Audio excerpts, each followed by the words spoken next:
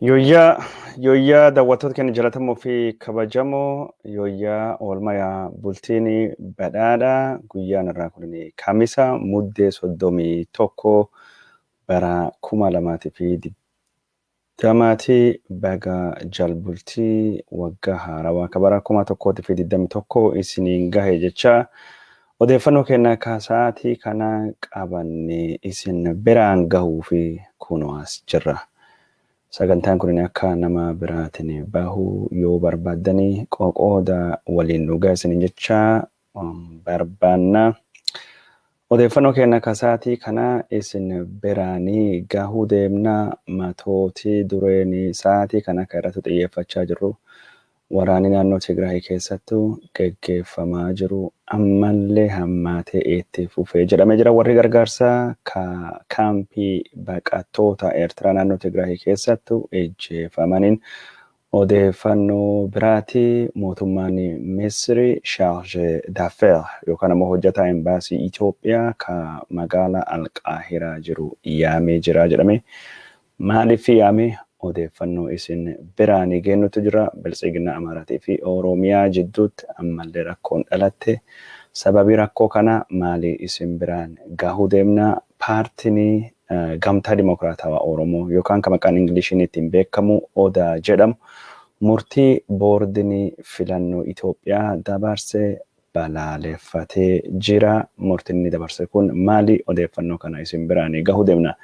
Kadhiyoo kanattuu mana hidhaa irraa gadhiifame obbo Lidatuu Ayyaaloo Jawaar Mohammadii dubbise jedhama. Warri Biltsiginaatii fi hooggantoonni siyaasaa Oromoo tokkolleen hagammaa kan mana hidhaa deemanii Jawaar dubbisanii ka jiran jechuun lakkoofsan lakkaa'amanii odeeffannoo hedduu ka of biraa qabannu dhimma saatalaayitii Itiyoosaati ka OMN fi Keelloo miidiyaan keessatti nammatamanillee irraa odeeffannoo jirtu isin biraan gahuu deemna. Warri nu daawwachuuf asittuu argamtanii hedduu galatooma. Sagantaa kana qoqoodaa faffacaasaa waliin nu ga'a isiniin jechuu barbaanna. Matoota duree kenna ka oduu haga seegii jenneen dubatti oduu biraallee qaqqabna. Ajjeechanii baqattuu Oromoo ka biyya Xaaliyaan Ajjitu Edaa'oo guddataa mata duree guddaa tahee jira. Ajjituu Edaa'oo guddataa nama biyya Itoophiyaa irraa bara 2020 bara 2010 gara Xaaliyaanii baqattee achitti jechuun horii horsiisuudhaan Xaaliyaan keessattuu re'ee horsiisuudhaan chiizii re'ee gurguruudhaan akka malee beekamte akka fakkeenya milkii baqattoota yookaan immoo baqattoonni gumaacha isaanii gamtaa Awurooppaatii fi kennan akka agarsiisu jechuudhaan seenaan ishii miidiyaalee addunyaa irratti dhiyaachaallee ture. Namni kun nama jechuun Landgraaf saamicha lafa ka Oromoo qarqara Finfinnee irraa baqattee jedhame dhimmiisi akka malee miidiyaa addunyaa irratti haasamaa ture. Re'ee horsiisuudhaan nama baadiyyaa Xaaliyaanittu jiru yookaan immoo lubbuu horadda jedhamtee faarfamtee jirte. Ajjituun waan adda addaatiin kaate haadha re'eelee gammadduu ka jedhamtee beekamtu. Ajjituun kalee bakka jirtu bakka foora re'ee ishii keessattuu ajjeefamtee argamte. Namni re'ee isii tiisu ka biyya Gaanaa tu dhalate Xaaliyaan baqataa tahee isii wajjin jiraatu isii ajjeesu amanee jira jechuudhaan miidiyaan Xaaliyaan gabaasanii jiranii. Nama isii ajjeese kana maqaan Adam Suleymaan jedhamaa jechuudhaan miidiyaan Xaaliyaan gabaasanii jiranii. Akka gaazexaan Xaaliyaanii Corriere della Sera gabaasetti Ajjituun silaadoo waggaan haarawaa kana baatii ammajii jalqabatti umrii 43 guutti ammaan tana umrii 42 duute jechuudhaan Ajjituun nama seenaa cimaa qabu, nama jajjabduu, nama siyaasaa keessatti hirmaachuuf illee fedhii qabu, barnoota soosiyooloojii barattee jechuudhaan akkasitti dubbatee jira. Ajjituun hojjataa isiitiin ijjeefame dubbiin jettu jiraatullee shakkii hedduutu jira. Maali jennaan warri immigireeshinii jibbanii immigiraantii yookaan immoo baqattoonni dhuftee hojii nurraa fudhatan jedhan keessaa paartileen hedduun ajjituu kana sababa adda addaatii fi ajjeesuuf yeroo adda addaattu yaalaa akka turanii gaazexaan biyya Xaaliyaan kabiraa intarnaasiyoonaaliin gabaasa jira. Intarnaasiyoonaale Korreetiyaa de la Seeraatii fi gaazexoonni hedduun Xaaliyaan dhimma ajjituu wal harkaa fuudhanii akka gabaasaa turanii ka dubbatamaa ture. Miidiyaaleen addunyaa kan akka BBC fi Al Jazeeraalleen baqattuun fakkeenya milkii taatee haatiree ajjeefamti jechuudhaan wal harkaa fuudhaa gabaasaa akka jiranii kadhagama jiru. Daawwattoota keenya jaallatamoo fi kabajamoo Jawaar Mohammad Faatii haga hidhamanii ji'a jahaffaa kun guyyaa har'a qabatanii Hacaaluu Hundeessaa immoo haga ajjeefame ji'a jaha kalee guutuu gabaasne turre. Ajjechaan Hacaaluu Hundeessaa kabara 2020 keessattuu tahee ajjecha Afrikaa akkaan jijjiiree ajjecha akka malee guddaa kadhiibbaa guddaa qabu jechuudhaan maddi oduu BBC gabaasa jira. Akka gabaasa BBC kanattu Afrikaa keessatti bara 2020 akka pirezidaantii Keenyaa duraanii Daniel Arap Moi, pirezidaantii Burundi Pierre Nkurunziza fi akkasumas nama akka Dr. Hawa Abdi ka Somaalitii fi taphataanii muuziqaa biyya Kameruun beekama Manu Dibango faatii bara du'an jechuudhaan eegi dubbateen dubattu ajjechaan akka malee dhiibbaa guddaa siyaasaa fi akkasumas odeeffannoo addunyaa kabara 2020 irratti dhiibbaa guddaa qabu ajjecha Hacaaluu Hundeessaa jechuudhaan gabaasa jira. Ajjechaan Hacaaluu Hundeessaa kunini dhiibbaa guddaa waan inni qabaatee fi eeginni du'een dubattu hokkara Oromiyaa keessattu ka'e namni 160 oli duudhanii jijjiirama Itoophiyaa kan maantan Abiy aangoottuu fide keessattuu gahee guddaa taphatee Jawaar Mohammad namni jedhamu hidhamuudhaan himata soba shororkaatiin himatame jechuudhaan BBC'n akkasumattuu gabaasee jira. Ji'a jahaffaa ajjecha Hacaaluu Hundeessaa Facebook irratti aktivistoonni Oromoo bifa adda addaatiin yaadachaa oolanii jiran. Karaa biraatiin ammoo ajjechaan Hacaaluu eegi taheen dubattu ka hidhamtoonni siyaasaa kan akka Jawaar Mohammad faalleen ji'a jaha guutanii jiranii. Hidhaan Jawaar Mohammad ji'i jahaffaan isaa kunini Facebook irratti bifa adda addaatiin yaadatamaa jira. Jawaar Mohammad ji'a jahaffaa isaa guyyaa inni qabatu kanattu kan dhiyoo kana mana hidhaa irra hiikame obbo Lidatuu Ayyaaloo mana hidhaattuu isa dubbisee jira jedhamee dubbatama jira. Obbo Lidatuu Ayyaaloo Jawaarii wajjin gaafii fi deebii OMN irratti godhame yookaan ammoo marii OMN irratti godhame ka fulbaana 30 dubatti mootummaa wanni jedhamu Itoophiyaa keessattuu hin jiru mootummaan Abiyyoo filannoo godhuu baatee jedhan sanirra hidhamuu akka danda'u ka dubbatamu Jawaar Mohammadiitii fi Lidatuu Ayyaalollee hiisisuu duuba gahee guddaa qaba jedhamee namni shakkamu akka Dr. Birhaanuu Neggaa taheettuu himamaa jira. Jawaar Mohammadi wajjin taa'ee haasahuun rakkoo waan takka hin qabu. Isaayyaas Afeworqii caala Jawaarittuu na dhiyaata Asmaraa caala Amboottuu na dhiyaata jechuudhaani gaafii fi deebii OMN irratti yookaan ammoo keessatti godhe irratti warra mootummaa Abiyyi akkas aarsuun isaa dubbatamee jira obbo Lidatuun. Obbo Lidatuun Jawaar Mohammad faa dubbisa jedhamee miidiyaa hawaasummaa irratti wayita naannawaa jiru warri maqaa Oromoo dhawatan tokkolleen hagamma Jawaar Mohammad dubbisuun isaanii wanni beekama akka hin jirre kadhagama jiru. Warra maqaa Oromootiin socho'anii ka Jawaarii jala hin gorre jechuun ka Jawaarii wajjin kanaan dura hudduu tokkoon udaawame jedhamee yaadame yookaan ammoo kababa Jawaarii jalattuu beekamtii argachuu barbaadan aktivistoonni Oromoo ka OMN irratti beekamanii fi biyya Finfinnee jiranii hedduun isaanii Jawaar akka hin dubbisne dhagame jira. Hedduun isaanii ka Jawaar dubbisuu hin barbaanne fi mootummaa mufachiisuu akka hin barbaanne waan fedhanii fi yookaan ammaan tana deeggartoota mootummaa waan ta'aniif aktivistoonni akka jechuun Biraanuu Leenjisoo qabi Ahmed Gisheetii fi warri biyya alaatii galee ka mootummaa wajjin jiranii tokkollee warra Jawaar dubbisan hin beekani. sun qofaa osoo hin taane namni jechuun laaptooppii Jawaarii badhaafame Jawaarii isaaf sagalee tahee dubbise ka akka obbo Lammaa Magarsaalleen Jawaar akka dhaqee hin dubbisne ka dubbatamaa jiru. Sanii alattu obbo Leencoo Lataafaati ka Jawaar Mohammadii wajjin gara Arsii deemuudhaan gaafa Minilik siidan isaa Finfinnee keessatti Abiyyiin eebbifame ka siidaa harma muraa fi harka muraa sun wajjin daawwate Jawaar Mohammadii haga mantana mana hidhaa deemee dubbisallee hin beeku.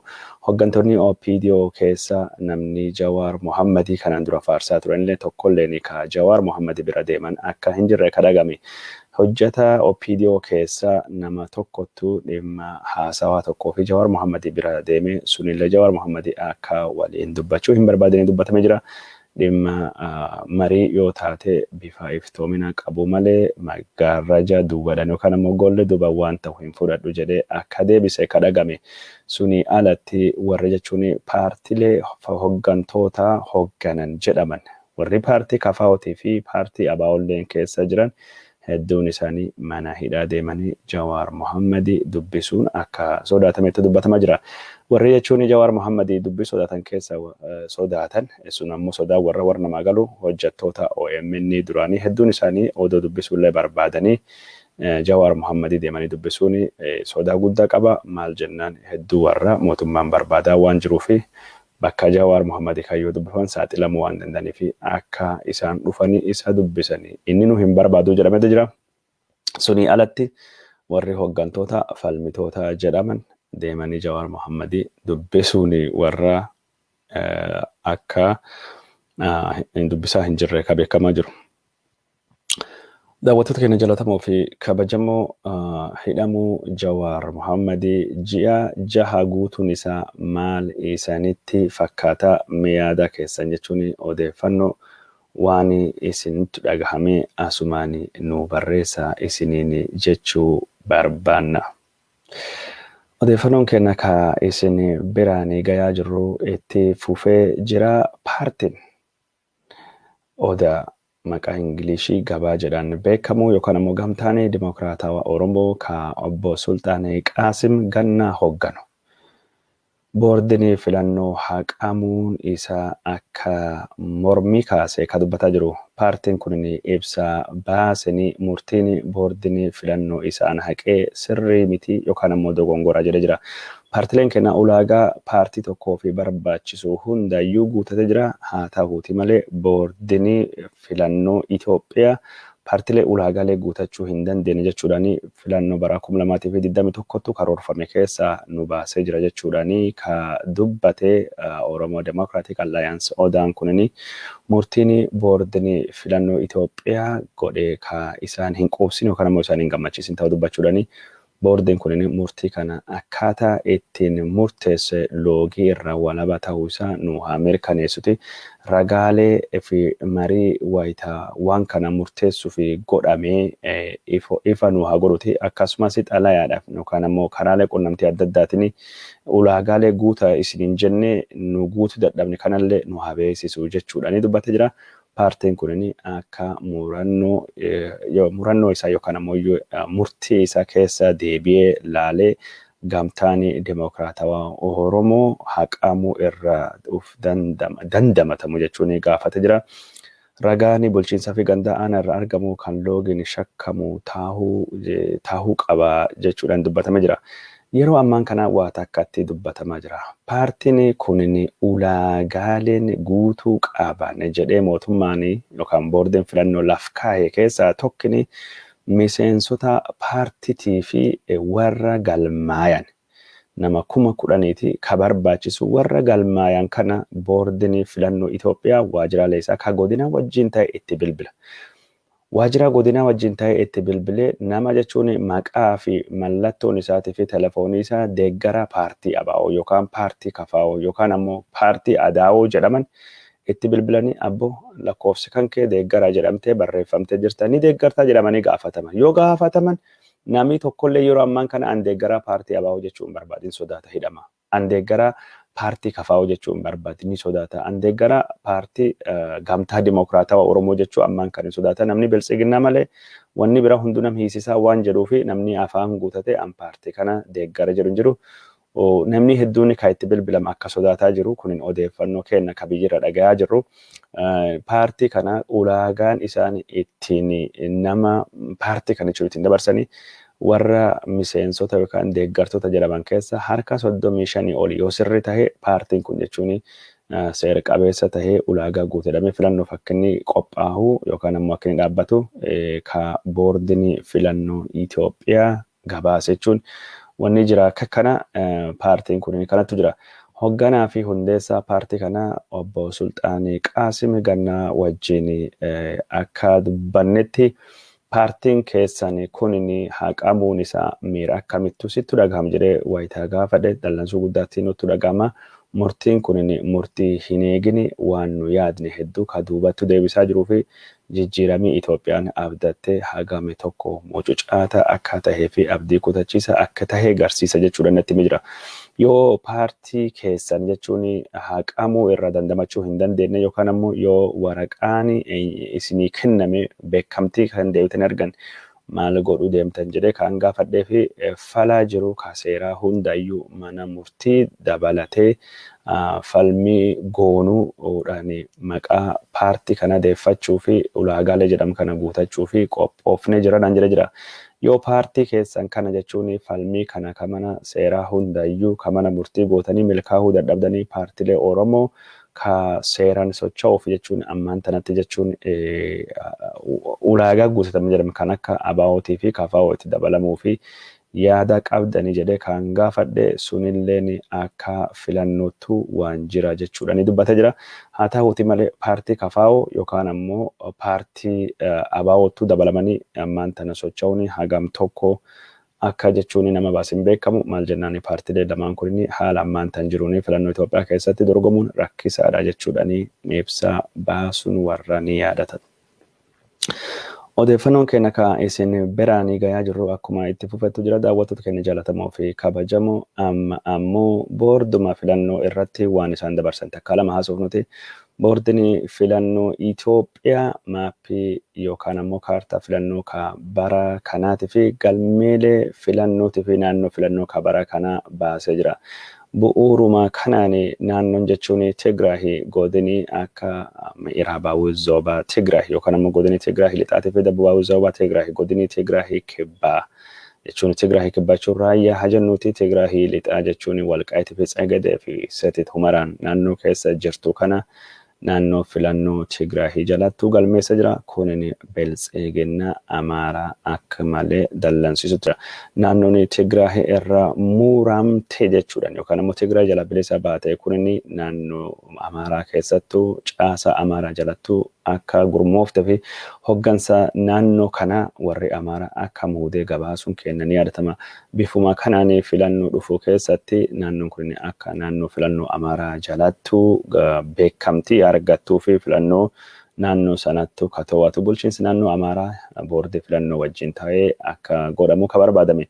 Haa ta'uutii malee murtiin ammaan tana boordiin filannoo murteessee dirree lafa irratti jechuun waraana Itoophiyaatiin dubattu wanni jijjiirama akka hin jirre ka fakkaatu kunin warra Biltsiginnaa Amaaraa aarsuudhaanii dubbii hedduu dubbachiisa jira. Paartiin Amaaraa yeroo ammaan tana jechuun Biltsiginnaa keessa bi'aaden jiraachuun faayidaa waan tokko hin jiru. Biltsiginnaan paartii ijjeesaa fi ajjeesisan ajjeefamaaf ajjeesisan gadaayii fi as gaddaa'in yeroo tokkotti wajjin jiran jechuudhaani paartii Biltsiginnaa Oromoo kana akka ajjeesisa ummati Amaaraa ammoo akka ajjeefamaa jiru. Bi'aaden ammoo meeshaa ummata Amaaraa ajjeesisaa jiru jechuudhaan dubbatanii jiranii. Karaa biraatiin ammoo paartiin Biltsiginnaan Tigraay as keessattuu jiraachuulleen haga badii warra naannoo Tigraay isaaniin dura turanii Hewwahaatiin balaaleffanne akka as gaddaa'ittu laalama jechuudhaan dubbatamee jira. Biltsiginnaan Benishaangul Gumuzilleen Biltsiginnaa Abiy Ahmed ka waliigalaa keessa jiraachuun warra Amaaraa kan akka malee aarsaa jiraachuutu dhagahamee jira. karaa biraatiin ammoo biltsiginnaan Affaariitii fi Beenishaangul Gumuzii fi Tigraahii ejjannoo tokkoon biltsiginnaa Amaaraa walgahii torbaan lamaan duratti geggeeffame irrattuu balaaleffachuu gabaasuun kennan yaadatama. Odeeffannoo karaa biraatiin ammoo naannoo Tigraahii keessatti waraanii Hiwwahaatii fi raayyaa ittisa biyya jidduutti jiru geggeeffamaa jira jechuudhaan dubbatame jira. Tigraahii kaaba lixattu injifannoolee hedduu argatee jira jechuudhaan humni Hiwwahaat injifannoo hedduu argachaa jira jechuudhaan deeggartoonni Hiwwahaatii barreessa jirani. Akka deeggartoonni Hiwwahaatii jechaa jiran kanatti waraanii naannoo Tigraahii ka Hiwwahaatii bakka adda addattu waraana Itoophiyaa irrattu haleellaa geggeessaa jiruun magaalota harkaa dhabee deebisee deeffachaa jira jechuudhaan dubbachaa jiranii. Waraanni Itoophiyaa akka gara magaalaa Hawuzenittu bobbahee jiru irratti miidhaa guddaa dhaqqabsine jira jedhanii jiran. Haa ta'uutii malee odeeffannoo warraa kunniin qaama bilisaa irraa mirkaneeffachuun hin danda'amne. Telefoonaa fi intarneetiin naannoo Tigraay bakka adda addaa keessattuu ammallee akkuma badee jira jechuudhaan maddii oduu Reuters gabaasee jira. Daawwattoota keenya jaallatamoo fi kabajamoo odeeffannoon kun kanumaan adoo jirtu naannoo Tigraay keessatti ajjeechanii hojjettoota gargaarsaa ammallee itti fufee jira. Kaampii baqattoota Eertiraa Hexaas jedhamtu kan Tigraay keessattuu argamu keessatti hojjetaan dhaabbata gargaarsaa Hoolaandii tokko akka ijjeefamee kan dubbatamee jiru.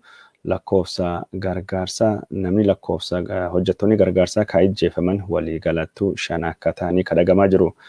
Dhaabbanni biraas kan warra jechuun gamtaa Awurooppaa miseensa gamtaa Awurooppaa ta'ee naannoo kan keessattuu namni 3 yookaan ammoo hojjettoonni dhaabbata mootummoota gamtoomanii 3 ijjeefamuun isaanii irra dubbatamaa jira. Yeroo ammaan tana gargaarsi namoomaa warri dhiyeessaa jiran naannoo Tigraahii keessattuu ka kaampii Eritiriyaatiif dhiyeessaa jiranii hedduu irrattu miidhaan akka dhaqqabaa jiru kan dubbatamaa jiru. Dhaabbanni gargaarsa namooma naannoo Tigraayitii fi baqattoota Eertiraatiif dhiyeessanii yeroo ammaan tana naannoo Tigraahii keessatti kaampii 2 ka warri Eertiraa qubatee gargaarsa dhaqqabsuu akka hin dandeenye ka dubbatamaa jiru.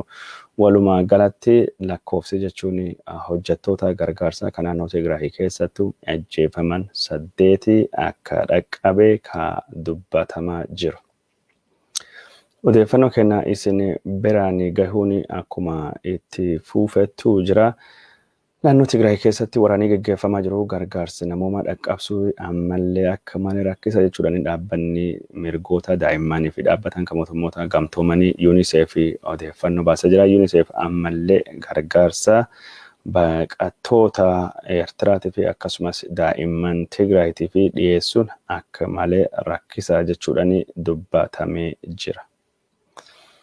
Odeeffannoo karaa biraatiin ammoo Eertiraan waraana Tigraahii keessatti hirmaachaa jiraachaa miidhaa guddaa dhaqqabsaan ishee bifa adda addaatiin mirkanaa'ee jira. Maddii Foreign Policy akka gabaasetti Isaayyaas Afeworqii Tigraahii keessatti lolaa jiraachuun isaa shakkii waan tokko hin jirtu jedhee barreessa jira. Kunis gabaasa torbaan kana keessa New York Times baqattooti Eertiraa ka Eertiraa keessa jiranii waraana Isaayyaasitiin miidhaan guddaan irratti dhaqqabaa jira. Kan ammoo suuraa saatalaayitii irraa mirkaneeffannee jirra jechuudhaan eegii gabaasetti. Gabaasa BBC'tu ammallee waan odeeffannoo kanaan wal fakkaatu torbaan kan keessaa qabatee bahee akka BBC'n jedhutti Isaayyaas Afeworqii Tigraahii keessatti bobba'uun isaa waraanni isaa bobba'uun isaa mirkanaa'ee jira. Sababni waraanni isaa bobba'ee fi walamaa fi tokkoffaa warra Tigraahii haaloo bahuu fi lammaffaa baqattoota Isaayyaas jala baqatanii nama barbaaduu qabuu fi jechuudhaan gabaasa jira.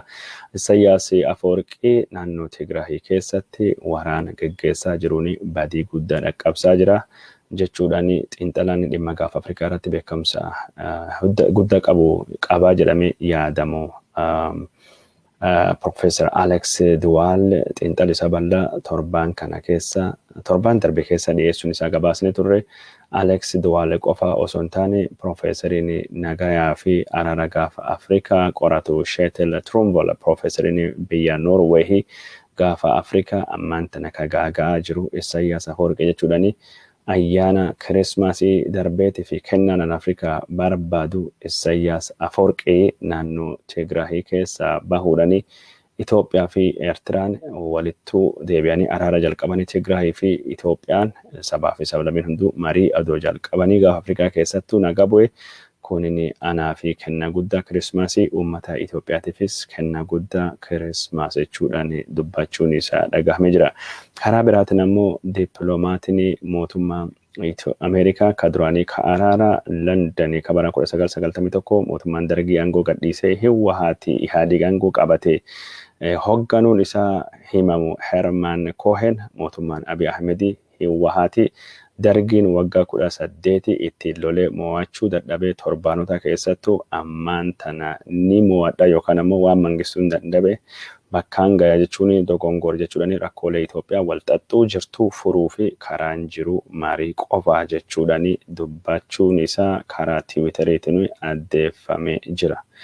Daawwattoota kennaa jaalatamoo fi kabajamoo odeeffannoon isin biraan gayaa jijjiirru kanuma odeeffannoo kennaa kabiraatiin ammoo Abiy Ahmed haga aangoo qabatee Itoophiyaa keessatti odeeffannoo dhugaa argachuun rakkisaadha jechuudhaan CFR gabaasee jira. CFR akka gabaasee jirutti mootummaan Abiyyi karaa pireesitiin riifoormii fidaa jedhamee yaadamaa jiraatullee riifoormiin inni fidaa jiru hagammattu akka malee xiqqaadha. Council on Foreign Relations CFR akka jedhettu Abiy Ahmed yeroo ammaan tana utuma guututti odeeffannoo mootummaan Itoophiyaa addunyaa fi dhiyeessu miidiyaan isaa qofti dhuunfate miidiyaa falmitoota hojii alaa godhuudhaan odeeffannoo dhugaa osoo hin taane odeeffannoo kijibaa oomishuu irratti mootummaan isaa xiyyeeffata jechuudhaan dubbata jira. Odeeffannoo kijibaa kana dhiyeessuudhaan odeeffannoo kanaaf namalee qaamii amanamaan hin jiru jechuudhaan waraanuma Tigraahii keessattuu gaggeeffamaa jiru kan miidiyaan addunyaa akkaan hordofaa jirullee ilaalchisee odeeffannoo kijibaa akka inni barreessaa jiran dubbachaa jira. Warra qaama odeeffannoo bilisaa dhiyeessuu danda'anii ka gaazexeessitoota biyya keessattii fi ka biyya alallee yeroo ammaan tana mootummaan Abiy Ahmed xiyyeeffannaa hamaadhaanii miidhaa irrattuu akka dhaqqabsaa jiru. Pireesii biyya Itoophiyaa keessattuu akka hojjechuu hin dandeenye godhaa jira.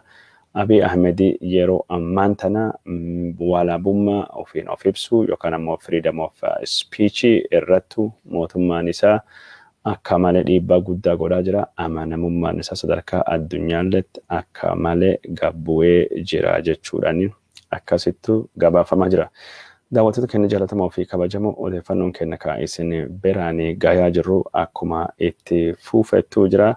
Naannoo Benishaangul Gumuz keessatti rakkoo dhalatee ka Metekkelii kana gargaarsi itti fufee jira jedhamee jira.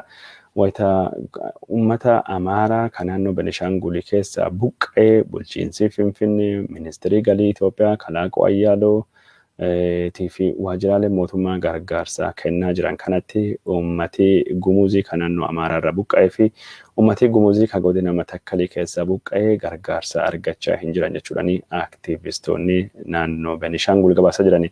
Akka aktivistoonni naannoo Benishaangul kun gabaasanii jiranitti uummati Gumuzii kan buqqa'ee inumaayyuu akka yakkamaattu ilaalamaa jira yookaan ammoo hidhamaa jira jechuudhaan gabaasaa jirani.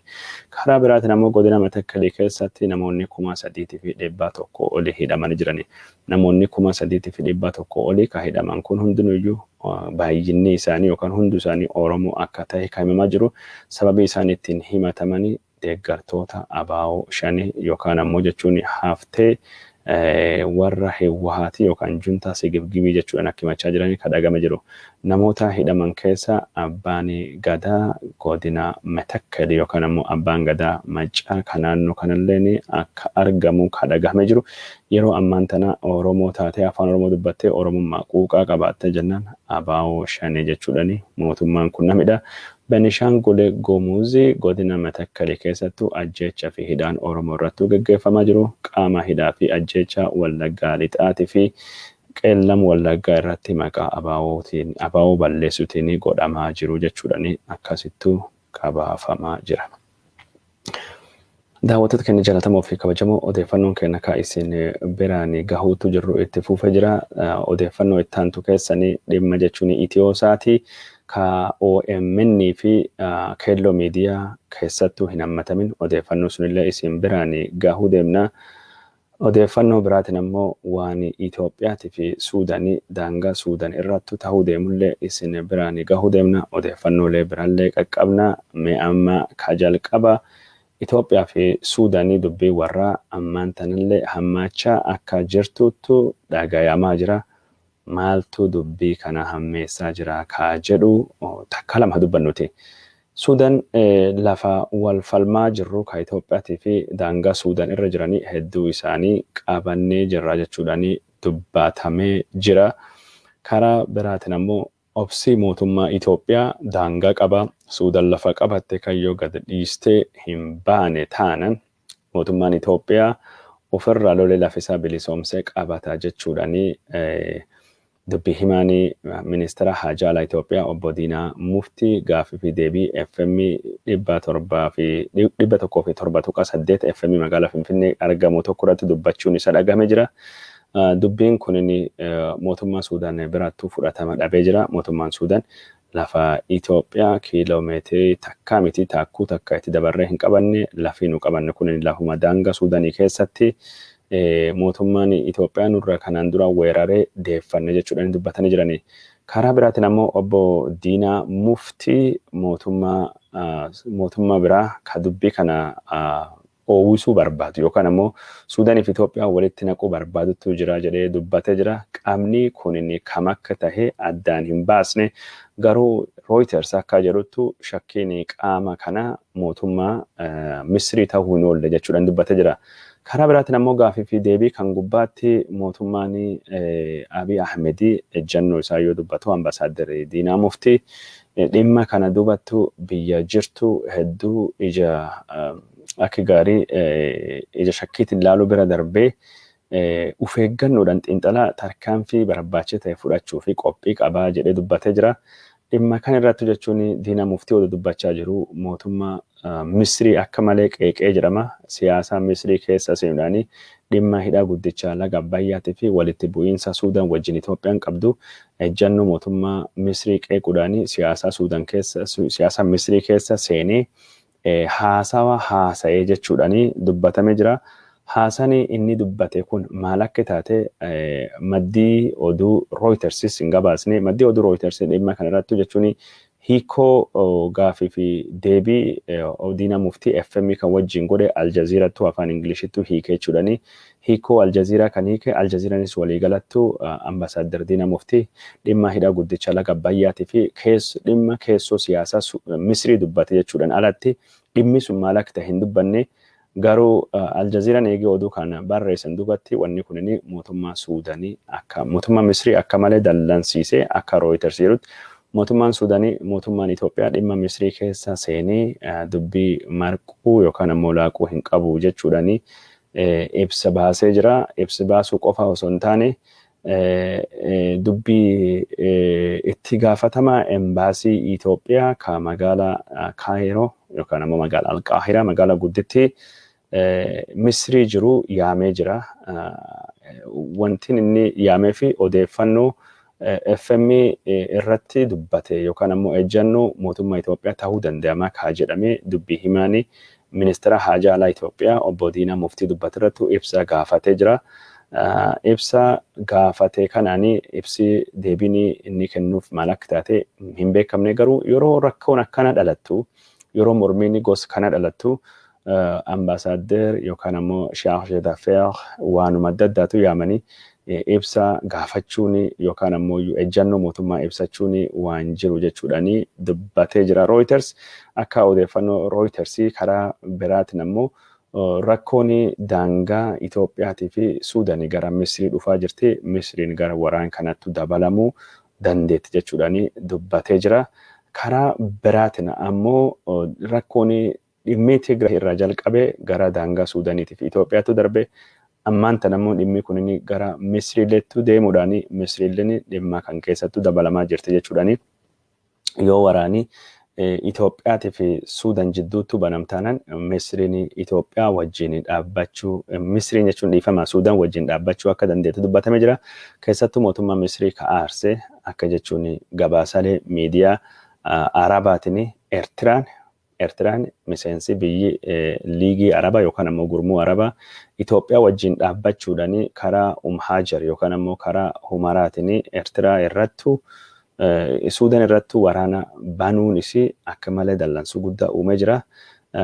Ejjannoo mootummaa Itoophiyaatii fi Eertiraa walitti fide kana dura dhaabbachuu fi Misrii fi Suudaanii wajjin dhaabbachuu akka danda'amu ka dubbatamaa jiru.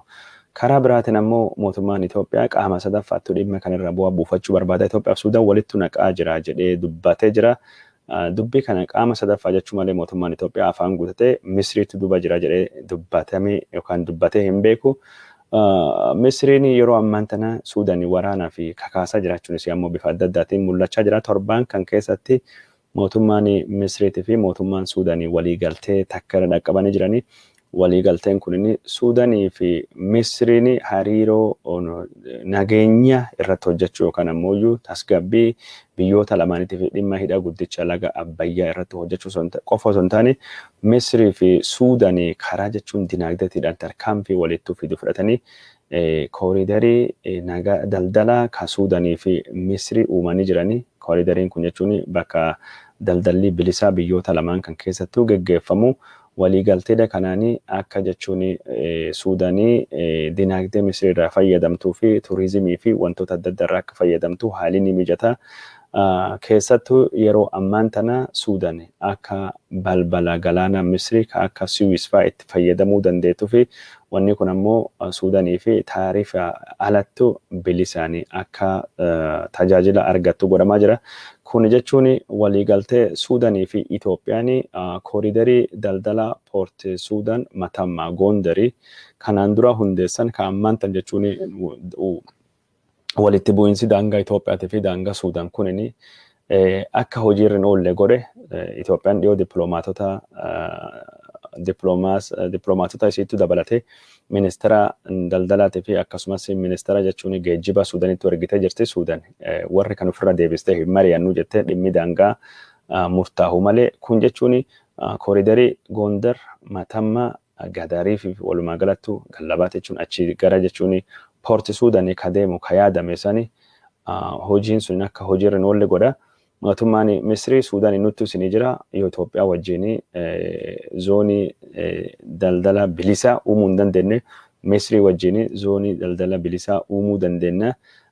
Poort Suudaanis Itoophiyaa tajaajiluu fi keessattuu Gondar tajaajiluu fi naannoo Amaaraa misoomsuu fi akka hojjetamu yaadamee ture. Akka inni dooniiwwan gurguddoo qubachiisuu danda'u terminaalii gurguddoo hojjechuuf ture. Sagantaan sunis amma Itoophiyaan fi Suudaan akka gaarii walitti hin jirree fi Suudaan investimentii sanii waan hin qabnee fi maallaqii sun jechuun biyya Qatariiftii fi akkasumas Turkiyaa yookaan ammoo Turkii irraa dhufaa jedhamee yaadamee ture.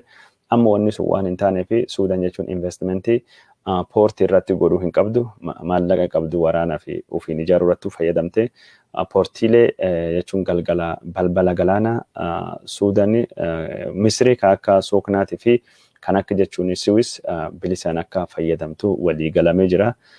Kunin waan takka.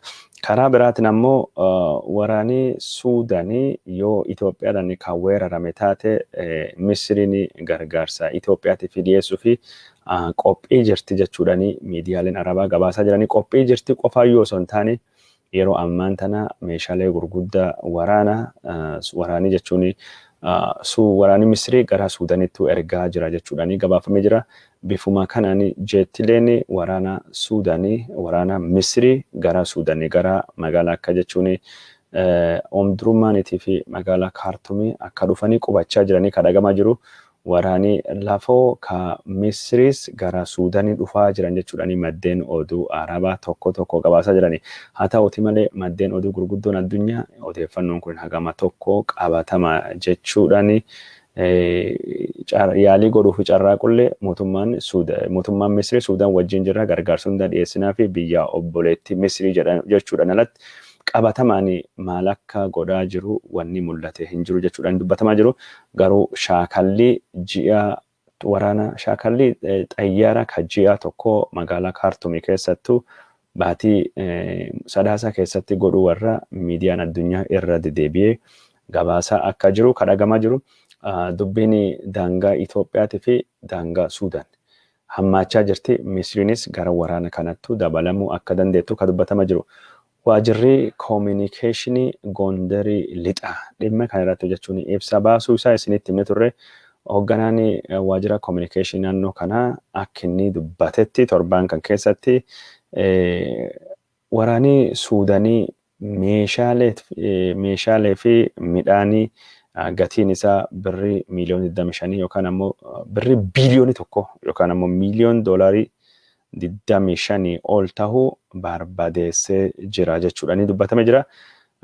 Waajjirri koominikeeshinii naannoo Tigraahii naannoo jechuun Gondarii lixaa kunini Walqaayitii fi Tsagada Tigraay irraa deeffanne jennee odoo gammadaa jirru Suudaanii biyyitii ollaa kennaa ka gaafa juntaa loluu fi jenne lafa kana amaanaa itti dhiisnee milishoota kennaa gara jechuun Tigraahittuu ergine amma jechuun haala mijata jedhame yaadanii itti fayyadamuudhaani lafa kennaa nurra fudhatte jechuudhaani dubbata jira. Mootummaan Itoophiyaa waan kana dhaabuu qaba, waan kan dhaabuu malee rakkoo guddaatu nu qunnamuu deema jechuudhaani hoogganaa jechuun waajjira koominikeeshinii hoogganaa Gondarii lixaa ka tahanii obbo Odeffannolle Xaasoo dubbatee jira. Obbo Odeffannolle Xaasoo yeroo ammaan tana naannoon kun gaaga'amiinsa tasgabbii hamaa keessa seentee akka jirtu kadhagamaa jiru. Aktivistoonni Amaaraa hedduun isaanii kan naannoo kana lafa Gondarii ka midhaan facaafannee midhaan nu dhaqqaban irra haamachuu dadhabne jirra. Midhaan nu haamannee Suudaanittuu galfataa yookaan calleeffachaa jira. Karaa biraatiin ammoo meeshaaleen tarbaayinaroonni kennfaatii saamamaa miidhaan guddaan investoroota fi jiraattota naannoo kana irratti dhaqqabaa jira jechuudhaan dubbatame jira. Lafti Suudaanii deeffatte jedhamu kun lafa qonnaa akka malee misaa tahee kan dubbatamaa jiru. Naannoo kan keessatti qotee bultoonni Amaaraa 100,000 oli ta'anii akka qubatanii ka gabaafamaa jiru. Walumaa galatti uummati Itoophiyaa miiliyoonii 2 olitti Suudaan keessa akka qubatu kan yaadatamu.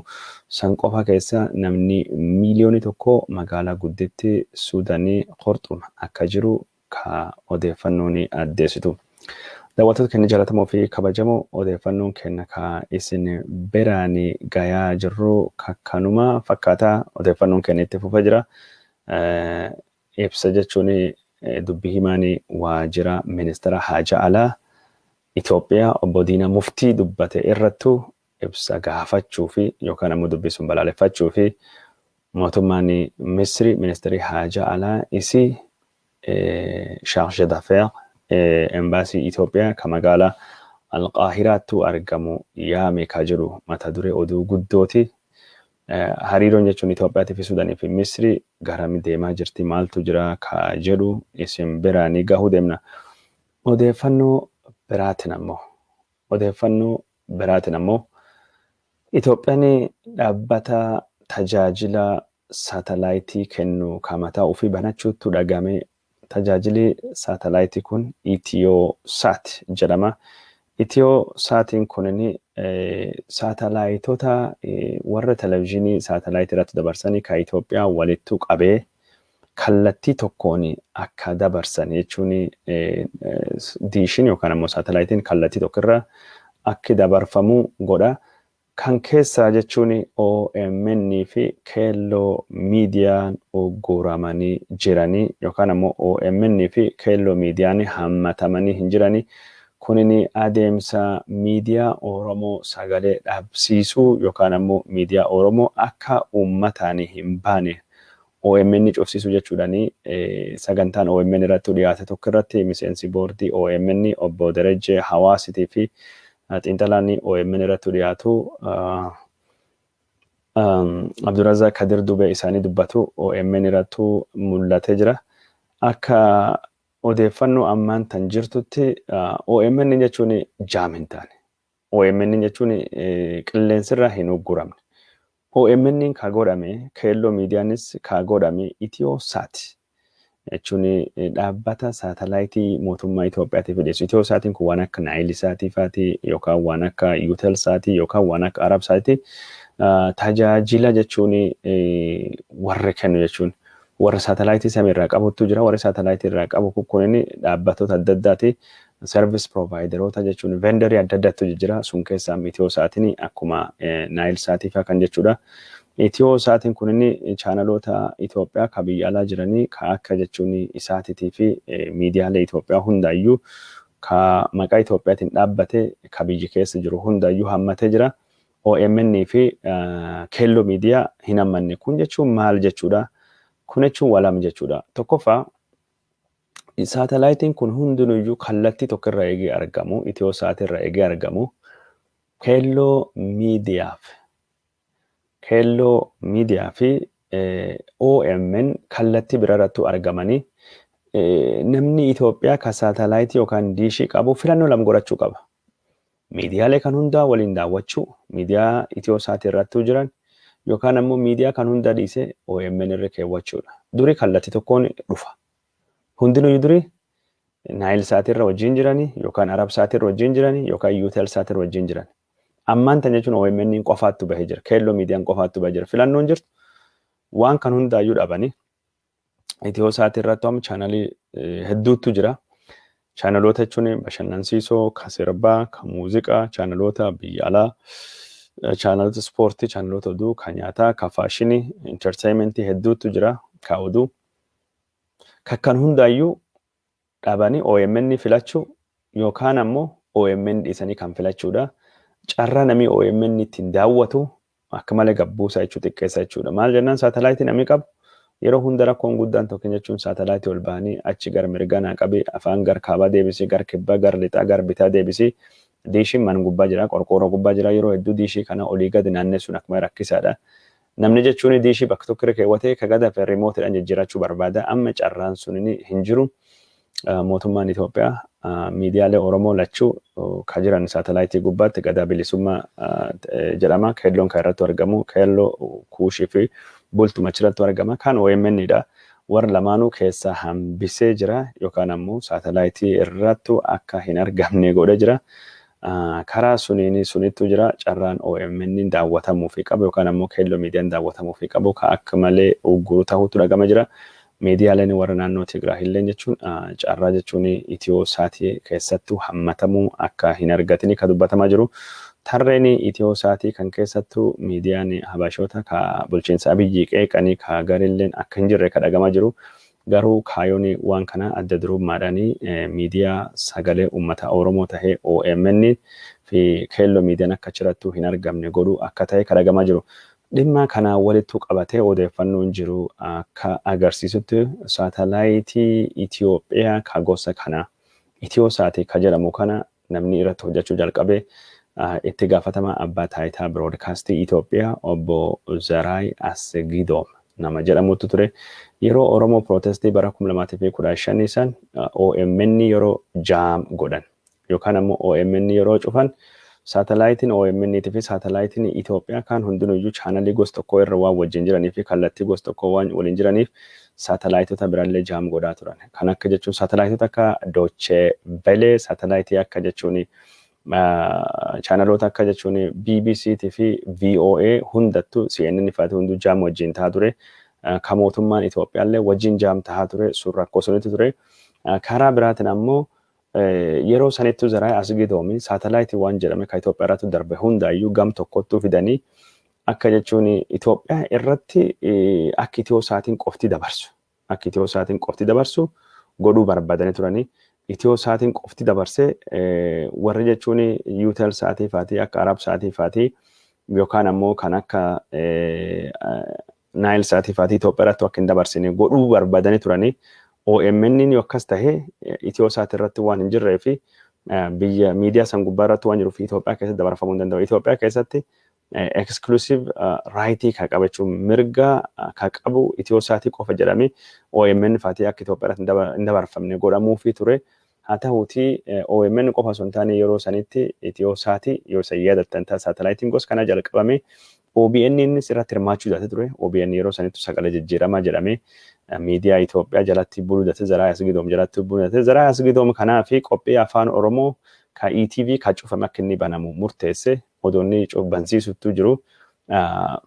Gaazexeessota 50 haayir godhee minda baajetii baafamee abbaa taayitaa biroodkaastii Itoophiyaa ETV jalatti afaan Oromoo deebisaa odonne jiru mootummaan warraa galagalees piroojeektiin kunillee addattuu dhaabbatee piroojeektii sanii amma mootummaan Abiy Ahmed akka haarawattu deebise jechuun Itiyoosaat jechuun waanuma waggoota 3-4 kan carraaqamaa ture.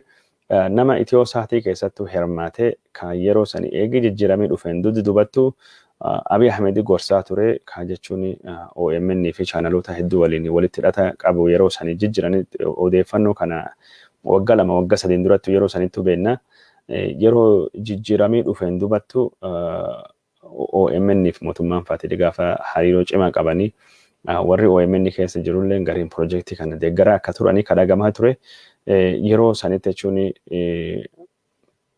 yaadii ture. Saatalaayitii hedduu kana jechuun yoo walittuu qabee mootummaan Itoophiyaa biyyoota jechuun gamtaa Awurooppaa fa'aa saatalaayitii jechuun kaampaanota warra kireessan yookaan ammoo kaampaanota Israa'el fa'aa kireessan irra yoo itti fayyadamee akka walootu yoo deemanii gamtaa kaampaanota kan wajjidhanii negoosheet godhanii gatiin namaa gabbuu danda'u. Balk seel jedhama. Hedduu ta'anii dhiyaatanii gatiin saatalaayitii dhiyeessuu akka malee gabbuu deema. Kanaafuu akka walootu deemne wajjin negoosheet goone gatii gabbuusifne saatalaayitii gatii rakkisaatiin arganne odeeffannoo uummata Itoophiyaatiif dhiyaatu gatii rakkisaatiin dhiyeessuu dandeenya jedhamee karoorfamee ture. Haa ta'uutii malee mootummaan Abiy Ahmed yeroo sanilleetti akkasillee fi itti dabalamullee waliin yaada ture. Saatalaayitii kanattu fayyadamee more control yaada ture. Piroojeektii kana jechuun namni garii insa keessa Abiyyi gaaf jiru jalqabee jedhameeti kijibadha. Abiyyi gaaf insa keessa jiru piroojeektiin hin jalqabne. Piroojeektiin kun inni bara 2002 fi gara 15 yaadii isaa akka malee finiine. Piroojeektii kana ka yaada kana finiinse yeroo sanittu Zaraa Asgidoonfaatu ture. Abiy Ahmed faati yeroo sanittu OBN keessa turanii walittu qaba boordii OBN Abiy Ahmed ture. Boordiin OBN yeroo sanitti yoo isa yaadatan taate OBN ETV jalaa bilisaa bahee sagalee Oromoo fakkaate gaafa jechuun OMN inni akka isaa ture sani warra waan kan didaa ture. Kanattu jira karaa saatalaayitiin wanni tayaa jiru daawwattoota keenya jaallatamoo fi kabajamoo waan nu hordoftanii fi hedduu isin galateeffachuu barbaanna. Odeeffannoon keenya gaggabaabduun Oromiyaa irraa isin biraan gayaa turre kakkanuma. Odeeffannoo biraa ka sadarkaa addunyaa isin biraan gahuu deemna. Odeeffannoon sadarkaa addunyaa ka isin biraan gahuu deemnu. Dhukkubni koronaa vaayirasii sanyiin haarawni isaa Ingilizattuu argamu gabaafamee jira. Oduu mata dureen addunyaa ka torban kana dhimma sun turte. Dhukkuba koronaa vaayirasii kan Ingiliza qofa osoo hin taane sanyiin koronaa vaayirasii adda addaa 5 biyyoota adda addaa keessattuu argamuutu gabaafamee jira. Sanyiin dhukkuba koronaa vaayirasii kan gosa Ingilizaa keessatti argame as Ameerikaallee seenee Koloraadoo keessatti mul'atee jira jedhamee jira. Sanyiin dhukkuba koronaa vaayirasii kan Ingilizaa keessattuu argame kunni kanaan dura biyya Jarmanii seenee nama tokko ajjeese jechuudhaani miidiyaaleen Jarmanii gabaafamee jira. Namni lamin jechuun baatii Noofembar yookaan ammoo sadaasaa keessatti dhukkuba kanaan dhukkuba haarawaa koronaa vaayirasii kanaan qabame tokko du'ee tokko akka dandamatanii ogeeyyonni fayyaa biyya Jarmanii ka dubbachaa jiran. Karaa biraatiin ammoo yeroon kun yeroo tallaalliin dhukkuba koronaa vaayirasii argame jechuudhaani gabaafamaa jiru. Dhukkuba kanaa fi yaalii kennuu fi kaampaaniin jechuun Ameerikaa Pfizer jedhamuu fi Moderna jedhamu tallaallii baasanii tallaallii warraa kun bal'inaan hojii irra oolaa akka inni jiru kadhagame jiru. Ingilizattis Yuunivarsiitiin Oxford fi AstraZeneca warshaan qorichaa jedhamu tallaallii argatee jira. Tallaallii kanas mootummaan Ingiliza beekamtii akka kennee fi kadhagame jiru. Tallaalliin AstraZeneca, Oxford, tallaalliin Moderna fi akkasumas Pfizer kun dhukkuba koronaa vaayirasii fayyisuu fi yookaan ittisuu fi harka 100 keessa 95 oli milkii akka agarsiisanii ka dubbatamee jiru. Harka 100 keessa dhukkuba koronaa vaayirasii fayyisuu fi harka 79 milkii qaba ka jedhame. Warshaan Chaayinas qoricha tallaallii dhukkuba koronaa vaayirasii oomishuun isa dhagame jira. mootummaan Chaayinaa tallaalliin kun akka hojii irra oolu hayyama kenneefii jira jedhamee gabaafamee jira. Dhukkubni koronaa vaayirasii haarawni Ingilizatti mul'atee fi dhukkubni sanyii koronaa vaayirasii haarawni mul'ate biyyoota 15 keessatti yeroo ammaan tana mul'achuun isa dhagamee jira. Dhukkubni koronaa vaayirasii waan jiruuf of eeggannoo godhachuun barbaachisaa akka ta'e kan dhagamaa jiru. Of eeggannoo jechuun gargari fagaachuu, maaskii gargaaramuu, tallaalittuu argame jedhanii of daggachuu dhiisuun ammallee barbaachisaadha. Mallattoon dhukkuba koronaa vaayirasii namirrattuu argamnaan torbaan 2 fi namirraa addaan of baasuun barbaachisaa yookaan ammoo bakka qormaata deemanii qoramuunis akka gorfamu dubbatamaa jiru. Biyya Ingilizaa paarlaamaanis waliigaltiilee daldala bilisaa Ingiliz gamtaa Awurooppaa wajjin seente paarlaamaan Ingilizaa mirkaneessee jira. Magaalaa guddittii Yemenii kibbaa Aden keessatti dhukaasii guddaa fi dhoohinsi guddaan dirree xayyaara magaalaa Edeniitti ta'uutti dubbatamee jira. Dhukaasa kanaan namoonni 20 ol akka ajjeefaman. Dhukaasaa fi dhoohinsi kun kan dhagahame mootummaa Saudi Arabiyaatiidhaan kan gargaaraman falmitoonni Yemenii kibbaa eegii mootummaa hundeeffachuu fi waliigalanii biyya baqaa Saudi Arabiyaa irraa gara Yemenii kibbaa Adenitti deebi'aniin duuba akka taate kan dhagahamaa jiru. Asii Ameerikaa keessatti dinagdee Ameerikaa kan dhukkuba koronaatiin miidhamte gargaaruu fi akkasumas maatiiwwanii fi namoota Ameerikaa kan dhukkubni koronaa vaayirasii miidhee kana gargaaruu fi mootummaan Ameerikaa gargaarsa stimulus package jedhamu marsa lammaffaa baasee jira. Gargaarsi jechuun mootummaan Ameerikaa kan koongireesiin isaa dhiyeesse keessattuu birrii doolarii 600 namaaf akka kennamu kan barbaadamee jiru. Kan irratti waan hin mallatteessu 2,000 cheekiin namaa kennamuu qaba jedhee Doonaald Tiraamp gaafatee jira. Yaamicha Doonaald Tiraamp kun deeggartoonni paartii Demokiraatii kan mana marii Ameerikaa gadaanaa to'atanii deeggaranii jiranii. Haa ta'uuti malee mana marii olaanaa Ameerikaa seneetii warri to'ate kan Rippaabilikaanii waan kana fudhatama dhabsiisanii jiranii. Hogganaani paartii Rippaabilikaanii kan seneetii Mitch McConnell akka jedhetti yeroo ammaan tana haalii seerii kun yookaan biiliin kun ittiin bahu hin jiru jechuudhaan dubbatamee jira. Karaa biraatiin ammoo odeeffannoo jidduu galeessa bahaa isin dhiyeessaa jirra.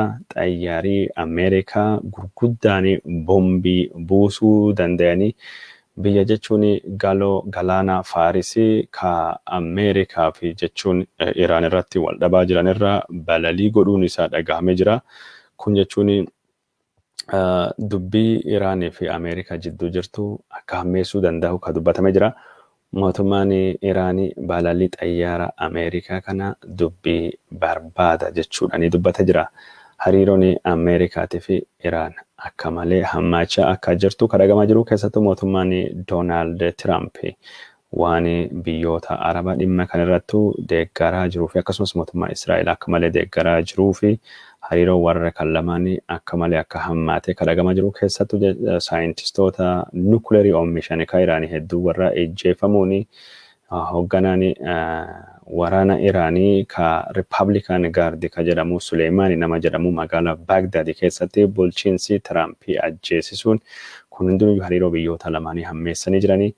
Waan Ameerikaan goote kana haaloo bahuu fi deeggartoonni mootummaa Iraan embaasii Ameerikaa ka Baagdaad naannoo magariisa jedhamu ka jechuun haleellaa irra akka malee eegamu keessattuu rokkeetti darbachuu dhiyoo kana gabaasni ture. Rokkeetti kan keessattuu namni du'e jennaan tarkaanfii hamaa yookaan ammoo cimaa mootummaa Iraan irratti fudhanna jechuudhani Doonaald Tiraamp karaa Tiwiiteriitiin dhaadachuu gabaasuun kennaa ni yaadatama. Daawwattoota kennaa jaallatamoo fi kabajamoo waan nu daawwachaa jirtanii fi hedduu isin galateeffannaa tamsaasii kenna ka odeeffannoo ka isin biraan geenne ka galgala kana hagasuma nagaan nu oola nagaan nu bula.